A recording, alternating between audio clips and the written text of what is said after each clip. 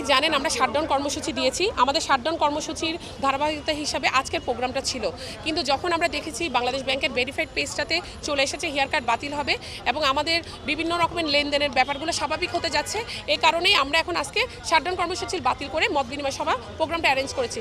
But আমাদের দাবিগুলো যদি মানা না হয় পরবর্তীতে অবশ্যই আমরা বৃহত্তর থেকে বৃহত্তর, জটিল থেকে জটিল হার্ডার কর্মসূচি ঘোষণা করব। তবে আমাদের মুনাফার ক্ষেত্রে কিছুটা হয়তো বা কন্ডিশন থাকবে, এই ব্যাপারগুলো এখনও কিন্তু অস্পষ্ট।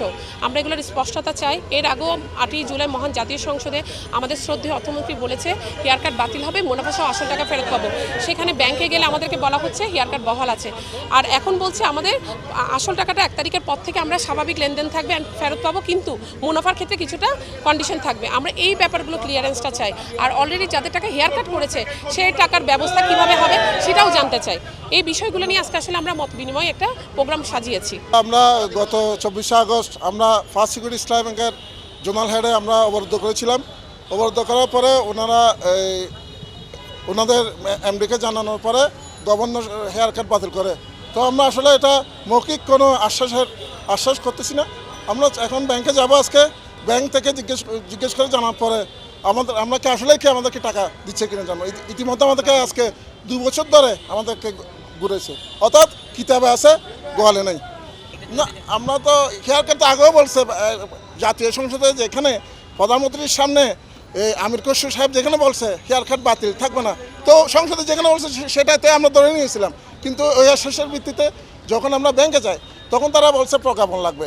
তো এখনও হেয়ার কাট বাতিল বাংলাদেশ ব্যাংকের গ্যাজেট আকারে দিছে এই ওয়েবসাইটে, কিন্তু এখনও তারা আমরা পাই নাই। তো আমরা আজকে যাব, ব্যাংকে যাব, ব্যাংক থেকে যা সিদ্ধান্ত দেবো তারপর আমরা বসে একটা সিদ্ধান্ত নেব। আমরা অনেক দিন থেকে আন্দোলন করতেছি, কিন্তু আমাদেরকে সরকারের আশ্বাস দিচ্ছে যে আমরা হেয়ার কাট বাতিল করবো, সংসদে রেনু হবো, পরে প্রধান আমাদের অর্থমন্ত্রী বলছে আমাদের হেয়ার কাট থাকবে না। হেয়ার কাট না থাকলে আমাদেরকে প্রজ্ঞাপন দিয়ে ব্যাংকে পাঠাতে হয়, কিন্তু আমরা যখন ব্যাংকে গেছি ব্যাংকে বলতেছে আমাদের কাছে কোনো প্রজ্ঞাপন আসে নাই।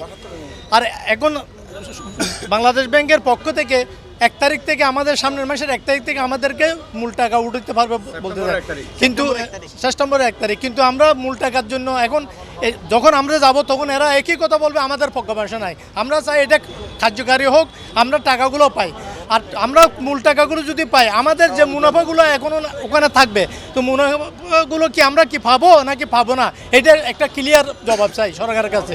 আসলে আমরা বিষয়টা হচ্ছে যে আমরা যারা প্রবাসী হল আছি, আমরা প্রবাসীদের পক্ষ থেকে আমাদের জিনিসটা হচ্ছে যে হেয়ার কাট, যে হেয়ার কার্ডের কথা আমাদের মাননীয় অর্থমন্ত্রী মহোদয় জানি, মানে টোটাল মানে আন্দোলনকারী এক গ্রুপ। কিন্তু এখানে আমরা যারা আছে তারা হচ্ছে আমরা ব্যাংকের সেক্টর হচ্ছে, ওরা ওইখানে প্রেস ক্লাবে করতেছে।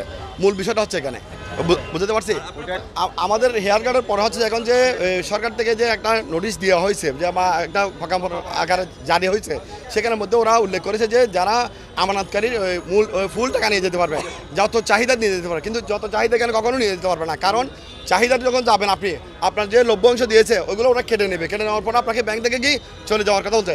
এটা আদৌ কি বাস্তব কিনা সেটা আমরা এখনো পর্যন্ত ক্লিয়ার জানি না। তার মধ্যে আরেকটা বিষয় হচ্ছে যেটা মূল বিষয়, যতগুলো আমানতকারী আছে এই আমানতকারীদেরকে এখনো পর্যন্ত সরকারের পক্ষ থেকে আশ্বস্ত করা হয় না ব্যাংকটা সচল করা। আমাদের মূল দাবিটা হচ্ছে ব্যাংক সচল করা, যে আমাদের যে হেয়ার কার্ডটা ক্যান্সেল করা এবং আমাদের লেনদেন স্বাভাবিক করা। কিন্তু এখনও লেনদেনও স্বাভাবিক হচ্ছে না, হেয়ার কার্ডও ক্যান্সেল হচ্ছে না। এমনকি যে আমানতকারীদের একটা দাবি, অর্থাৎ আমরা যে প্রবাসী যারা আছে আমাদের এটা ব্যাংকের মধ্যে যে টাকাটা রাখে, টাকাটার এগেনস্টে আমাদেরকে একটা যে মুনাফা দেওয়া হয়, সেই মুনাফাটা আমরা পাচ্ছি না। কেন পাচ্ছি না? ওরা ওইখানে যাওয়ার পরে আমাদেরকে এইটা সেটা ব্যাংক থেকে প্রজ্ঞাপন আসে নাই বা সরকারের পক্ষ থেকে প্রজ্ঞাপন আসে নাই, এটা সেটা বলেই আমাদের কাছে, আমরা সরকারের কাছে মাননীয় প্রধানমন্ত্রীর কাছে আমার একটাই আবেদন, আমরা আমাদের এই আন্দোলনটা সরকারের বিপক্ষে না। আমাদের আন্দোলনটা হচ্ছে যে আমরা 76 লক্ষ প্রবাসী, 76 লক্ষ আমানতকারী, আমরা শুধু একটা জিনিস জানতে চাই, আমাদের এটা কি সচ্ছল কখন হবে, কিভাবে এটা সচ্ছল হবে এবং আমরা কিভাবে লেনদেন নাকি আগের মতো পাবো। যখনই আমরা টাকার জন্য যাই, যা চাই তা আমরা পাই, ওইটাই আমাদের মূল দাবি।